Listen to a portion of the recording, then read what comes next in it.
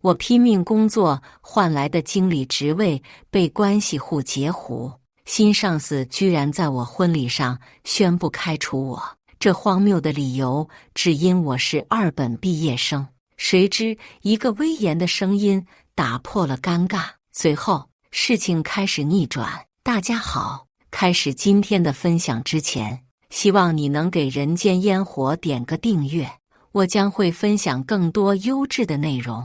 我叫周俊杰，从一个小山村里走出来的普通人。从我记事起，父母就把全部希望寄托在我身上。虽然家里穷得叮当响，他们硬是咬牙供我读完了高中。面对他们的付出，我只有拼命学习来回报，成绩也一直名列前茅。按照班主任的预测，我踏入重点大学的大门根本不是问题。谁知人生有时就像开玩笑一样，高考那2天，我发起了高烧，整个考试过程都像是在云里雾里，脑子浆糊一片。最终成绩出来时，我整个人都傻了。平时模拟考能轻松拿下610分的我，居然只考了535。这分数别提上重点大学了，连一本线都差了一大截。那段时间，我整个人都像泄了气的皮球，整天闷闷不乐。班主任劝我，要不复读1年，以你的实力，明年肯定能考上好大学。我心里清楚，老师是为我好，但看着家里因为供我读书已经节衣缩食的父母，我实在开不了口。复读意味着又要1年的学费、生活费，我只想尽快毕业找工作，给家里减轻负担。最后，我选择了一所普通的2本院校。父母知道后，脸上写满了自责。儿子啊，都是爸妈没本事，连个好学校都供不起你上。这话听得我心都要碎了。我怎么可能怪他们？是他们把我带到这个世界，又不遗余力地支持我读书。我对他们除了感恩还是感恩。进入大学后，我马上开始了勤工俭学的生活，还申请到了学校的助学金。因为基础扎实，我几乎每学期都能拿全额奖学金，这才让家里的压力小了不少。大2那年，我和同班的苏思琪开始谈恋爱。她后来告诉我，其实我大1就对你有好感了，给你发了好多暗号，你这个榆木脑袋硬是一个都没接收到。我只能尴尬地挠挠头，说实话，不是我反应慢，而是我太自卑了。苏思琪家境明显很优越，而我只是个农村来的穷小子，总觉得配不上她。但她对我的好却实打实的，看我在食堂只点素菜，就总是不小心点多了肉菜，然后理所当然地分给我。知道我要去兼职打工，二话不说就陪着我一起。在众人面前，他总是毫不吝啬地夸我。渐渐的，我也变得自信起来。终于在大3那年，我鼓起勇气向他表白了。对苏思琪的感情让我变成了加倍动力的人形发电机。跟他在一起后，我学习更拼了，暗暗发誓一定要靠自己的本事给他最好的生活。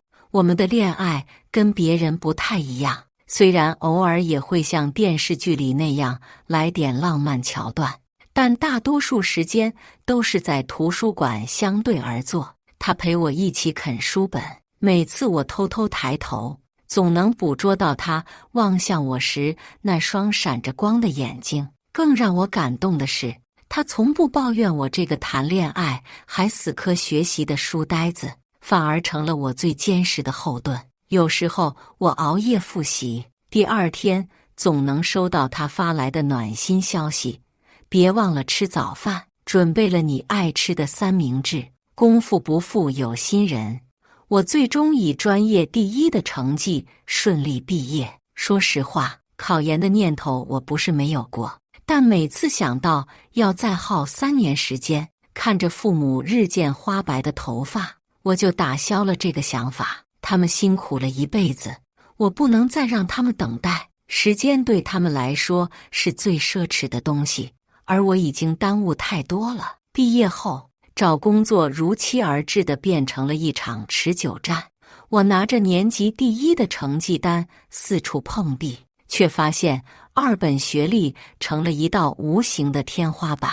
投出去的简历如同泥牛入海，连面试的机会都没有。HR 看到学校栏，直接就把我 pass 了。正当我快要自我怀疑人生时，苏思琪像个及时雨一样带来了转机。我有个朋友刚在一家公司当上主管，他们正在招人，我跟他提了你，明天你可以去面试。他拉着我的手，眼里充满期待，以你的能力，绝对能成功。听到这个消息，我精神为之一振，这次机会说什么也不能错过。准备工作做到110分。第二天，我早早来到了面试地点。原来这是一家大型企业新开的分公司，正急需各方面人才。面试官对我的表现相当满意，连连点头。不过最后还是来了句让我心凉的话：按你的表现，本来是可以直接安排管理岗的，只是你的学历方面，完了，又是学历问题。我心里一沉，准备起身告辞。这样吧，面试官突然话锋一转，先让你从基层做起，以后用实际工作表现说话，如何？没问题，给我机会就是最大的信任，我一定全力以赴。我激动得差点跳起来。走出公司大门，我第一时间给苏思琪打电话报喜。为了庆祝我找到工作，他二话不说拉我去了城里最贵的一家餐厅，差点把卡刷爆，笑着说：今天必须让你这位未来的高管吃个够。我们部门简直就是年轻人的朝气集合体，一群20出头的小伙伴干劲十足，跟他们在一起，我感觉自己血液都沸腾了3分。靠着过硬的业务能力，每次部门考核我都稳居前列，数据好的让同事们都忍不住啧舌。工作展开的顺风顺水，我的人脉圈也越滚越大，本地圈子里渐渐有了我的一席之地。同事遇到疑难杂症，总会第一时间找我求医问药，每次我都来者不拒，热心帮忙。久而久之，部门里人人都跟我称兄道弟，关系铁得很。1年后，领导看中了我的表现，提拔我当上了业务主管，让我领导一个10人小队。这样的业务主管，分公司一共设了3个。领导拍着胸脯保证，2年考核期结束，哪个团队业绩最好，哪个主管就能晋升为部门经理。这可是板上钉钉的事。消息一出，众人纷纷挤破头要加入我的团队。他们都看好我这匹黑马，觉得未来的部门经理椅子非我莫属。毕竟能早点成为未来大佬的嫡系，前途那可是一片光明啊。由于名额有限，我只能挑选了之前配合最默契的10个人，组建了我的梦之队。从此以后，工作量直线上升，加班熬夜成了家常便饭。虽然已经和苏思琪同居，但陪她的时间少得可怜。让我心生感激的是，她从不因此闹情绪，反而一直鼓励我努力干吧，早点把经理位置拿下来，我在家等你好消息。有时还会半夜送宵夜到公司，加个班都瘦了，多吃点。有这样的女友相伴，我工作更是卯足了劲头。第1年年末，我的团队业绩已经占到分公司的1半江山，年终奖拿得手软。把1半奖金转给父母后，我用剩下的钱给苏思琪买了个金手链，这还是我第一次给她买这么贵重的礼物。她眼里明明闪着惊喜，嘴上却佯装生气：你这是在干什么？赶紧退了，钱要省着点用。我当然不肯，心里早就暗暗立誓要让他过上更好的生活。算了，你这个固执鬼。他戴上项链，突然笑得狡黠。手链我收下了，你今晚准备准备，带你见我爸妈去。这突如其来的见家长行动让我一下子紧张到手心直冒汗。和苏思琪在一起这么久，我还从未见过他的父母。第一次见面，该准备什么礼物才合适？该穿什么衣服？该聊些什么话题？一连串的问题在我脑海里炸开。看我满脸写着社死倒计时，苏思琪忍不住笑出了声。看把你紧张的。不用担心，我爸妈超级好说话，而且我早就把你的情况都告诉他们了，他们挺期待见你的。虽说如此，但哪个男人第一次见未来岳父岳母能不紧张？去他家前，我顶着苏思琪的反对，硬是拎了一大堆礼物，生怕空手而去显得不尊重。所幸岳父岳母和思琪描述的一样，待人温和有礼，陪我聊了大半天家常，还详细询问了我的工作和未来规划。我的回答显然让他们很满意。小伙子真不错。岳父笑着拍了拍我的肩膀，今天我就算正式认可你们俩的关系了，以后有空常来看我们老两口。对了，找个时间约你父母见个面吧，我们想认识一下未来的亲家。我连声应下，心里乐开了花。能找到思琪这样的好女孩，我一定要抓紧时间把她娶回家。正好那会儿是农闲时节，半个月后我就把父母接来见面，两家长辈相谈甚欢，很快就商定了婚期。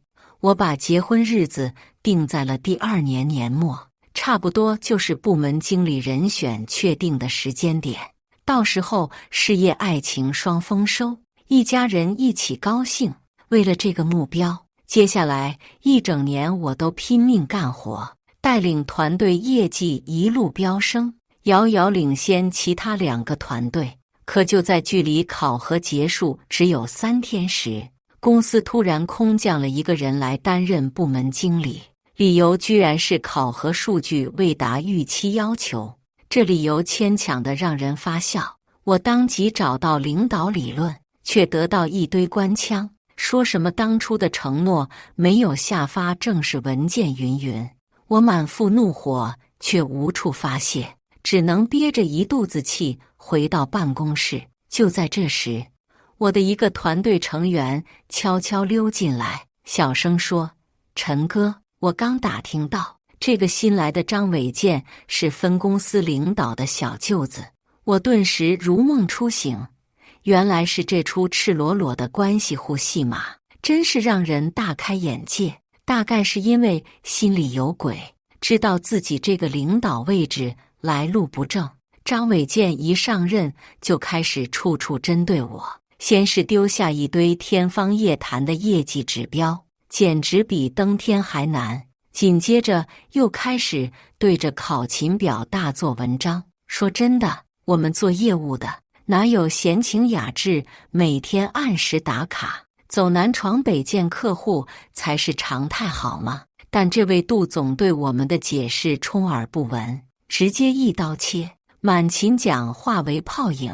事情还没完，这位大佬后来居然要求我们交出辛辛苦苦积累的客户资源，美其名曰开拓新市场。既然你们个个都是销售大神，就别抱着老客户啃骨头了，去找些新客户证明一下自己啊！这种无厘头的要求，我当然不能答应，当场就和他杠上了。没想到在我这吃了闭门羹的张伟健竟然动了要炒我鱿鱼的念头。更离谱的是，他选择在我人生大喜的日子，我的婚礼上，给我送上这份大礼。婚期早就定好了，虽然晋升泡汤，但人生大事可不能耽误。公司同事都收到了我的请柬，出于职场礼节，我也不能不邀请张伟健这个上司。为了这场婚礼，我和苏思琪简直操碎了心，从场地布置到菜单挑选，事无巨细，全是我们亲自过问的。这一天，我们俩足足期待了1年多。婚礼当天，从迎亲到仪式，一切顺顺利利，我整个人沉浸在甜蜜的幸福泡泡中，笑得脸都快抽筋了。就在我和新婚妻子站在台上，准备向各位来宾敬酒的关键时刻，张伟健突然站了起来，不知从哪变出一个麦克风，冲着台上大声宣布：周俊杰，现在我正式代表公司通知你，你被开除了。这一招实在太出人意料，我愣了几秒才回过神来，强忍着心中那团熊熊燃烧的怒火，我咬牙切齿地问道：凭什么开除我？我可是公司的销售冠军，公司又不是你家开的，你想怎样就怎样。差点就脱口而出，他不过是靠着领导小舅子这层关系才做上位的实情。张伟健冷笑一声：就凭你只是个破2本毕业的，根本不符合公司招聘标准，你肯定是走后门进来的。听到这话，我心里只想笑，咱俩到底谁是走后门的，心里没点数吗？正当我酝酿着如何对回去时，一个熟悉的声音从宴会厅的另一头传来：你有什么资格开除他？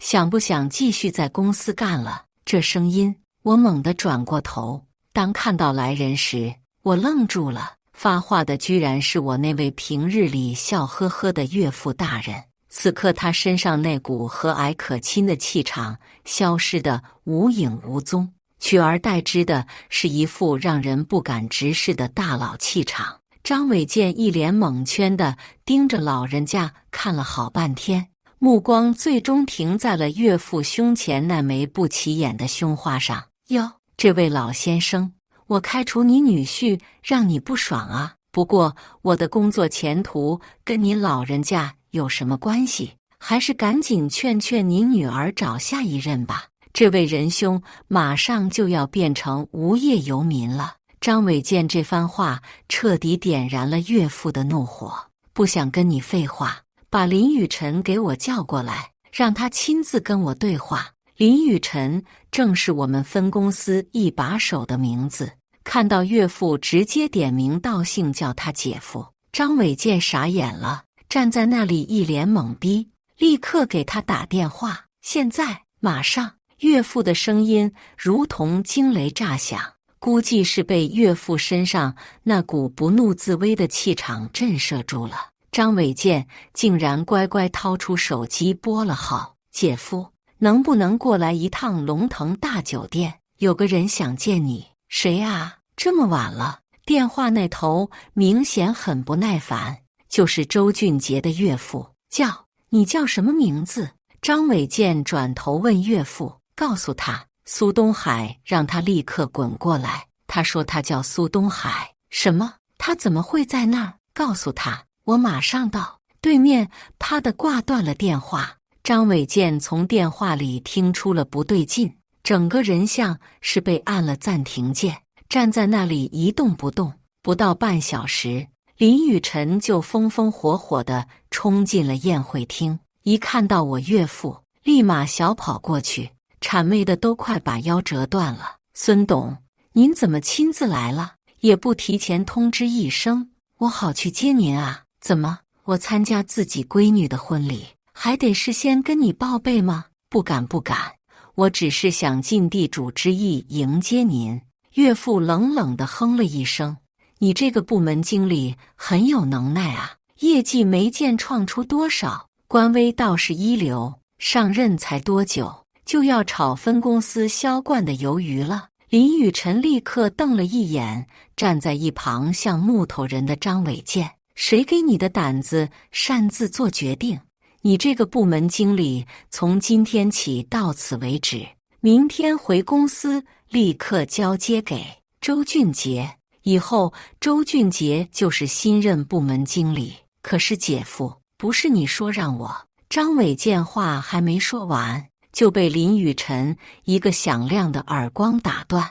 闭上你的臭嘴！立刻给我卷铺盖回家去。张伟健这下像是被霜打的茄子，蔫了吧唧的低头溜出了门。林雨晨赶紧转向我岳父，满脸堆笑：“董事长，全是我的失职，您大人不计小人过，饶了我这一回吧。”岳父沉思片刻，看在你这些年忠心耿耿的份上，就罚你今年奖金泡汤吧。再有下次，直接停职查办，保证不会再有下次。周俊杰会监督我的。行了，别在这耽误我女儿的大喜日子了，赶紧走吧。婚礼总算回到正轨，不少宾客和我一样，这才恍然大悟。原来我岳父的真实身份竟然是我们分公司总部的董事长，难怪当初妻子那么热心地推荐我去那里应聘，感情早就是一盘棋啊。据说这些年岳父年岁大了，有意淡出一线，正好这时女儿告诉他有了心上人。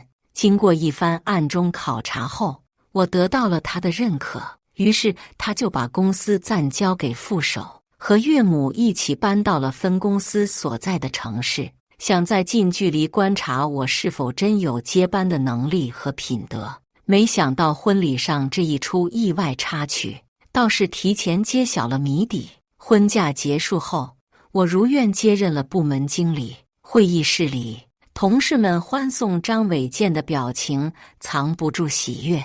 大家都知道这个位置本该属于谁，陈经理，以后多多关照啊。同事们打趣道。我笑着摆摆手，别这样叫，还是跟以前一样，我永远是你们的陈哥。虽然身份变了，但我依然保持着从前的工作态度，每天第一个到公司，最后一个离开，带领团队攻坚克难。半年后，我们部门业绩增长了 45%， 创下分公司成立以来的新纪录。林雨晨对我暗中扶持，但从不过分干涉。他常说，你小子有真本事，我只需要帮你扫清一些不必要的障碍就好。我深知这份信任来之不易。2年后，林雨晨被调回总公司，而我又被提拔为分公司总经理。搬进宽敞明亮的总经理办公室那天，苏思琪送来了一盆绿植。怎么样，陈总？现在觉得当初嫁给我是不是很明智？我开玩笑地问道。他白了我一眼，别臭美了，我当初又不是看上你的职位，那看上我什么了？你这个人啊，不管遇到什么困难，从来不轻言放弃。他认真地看着我，即使面对不公平的待遇，也能靠实力证明自己的价值。我将他拥入怀中，心中满是感动。如今回首那场闹剧般的婚礼，反而成了我们最难忘的回忆。工作之余，我特意抽时间去拜访岳父，这位在商场叱咤风云的大佬，在家却是个慈祥的老人。爸，我这次来是想谢谢您当初在我婚礼上的帮助。他摆摆手，那天我本想安安静静看女儿出嫁，没想到会闹出那么大动静。如果没有您，我可能早就被赶出公司了。你错了。岳父端起茶杯，眼神锐利。即使没有我，以你的能力，迟早也会出人头地。我看中的正是你这份不服输的韧劲。他语重心长地继续道，现在你已经站在了高处，但不要忘记当初自己是怎么爬上来的。金钱、地位都是身外之物，唯有人格和能力才是真正的财富。我郑重地点头，您放心，我绝不会忘记自己的初心。后记，回家路上，我绕道去了母校，站在那个普通的2本校园里，看着莘莘学子进进出出，恍如昨日。曾几何时，我也因学历自卑，害怕被人看不起。如今才明白，学历只是人生起点的不同，而非终点的决定因素。回到家，苏思琪正在厨房准备晚餐，我从背后轻轻抱住她，谢谢你一直以来的支持和信任。她转身笑道，怎么突然这么感性？只是突然想到，这一路走来，有你真好。他凑近我耳边，轻声说：“当初嫁给你，绝对是我这辈子最明智的决定。不过，你的考核期可还没结束呢。”我们相视而笑。人生路上，不管遇到什么挑战，我都会迎难而上，因为我知道，无论高处还是低谷，都有人与我并肩前行。以上就是今天分享的故事。大家有什么想说的、想吐槽的，欢迎在下方评论交流。也更希望能给人间烟火点个订阅，我将会分享更多优质的故事内容。